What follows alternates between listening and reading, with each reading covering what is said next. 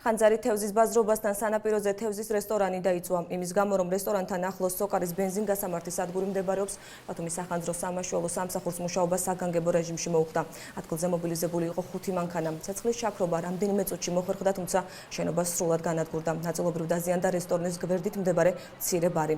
ბაზრობასა და ბენზინგასამართ სადგურზე კი ცეცხლის ალი არ გადასულა. თანამშრომლებმა, რომლებიც ხანძრის გაჩენის დროს შენობაში იმყოფებოდნენ, ტერიტორიის დატოვება მოასწრეს. არ არიან დაშავებულები. თვითმკვლელების თქმით, ცეცხლით ხევადი აერის ბალონს გაუჩნდა, რის შემდეგაც ხანძარი ხის შენობას მთლიანად მოედო.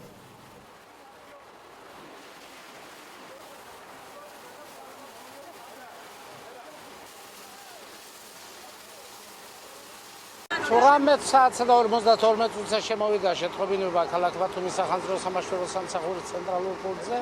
იმავდროულად გავიდა 7 ავტოცისტერნა, მისთანავე დადგინდა, რომ ბაკოს 33 ნომერში თევზის ბარში იყო რესტორანი.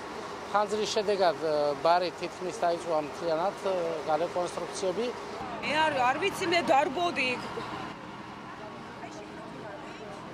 ჩვენ იქ ვიყავით და შიგნით. კი, ყველა მოვახერხეთ და ჩქარა გამოსვლას. რამდენ ხანში გავიდა ცეცხლის უცებ მოხდა, წამიერად ყველაფერი მოხდა. ეს გაზი რო ამოდის, შიშინის ხმა იყო და всё, მეტი არაფერი.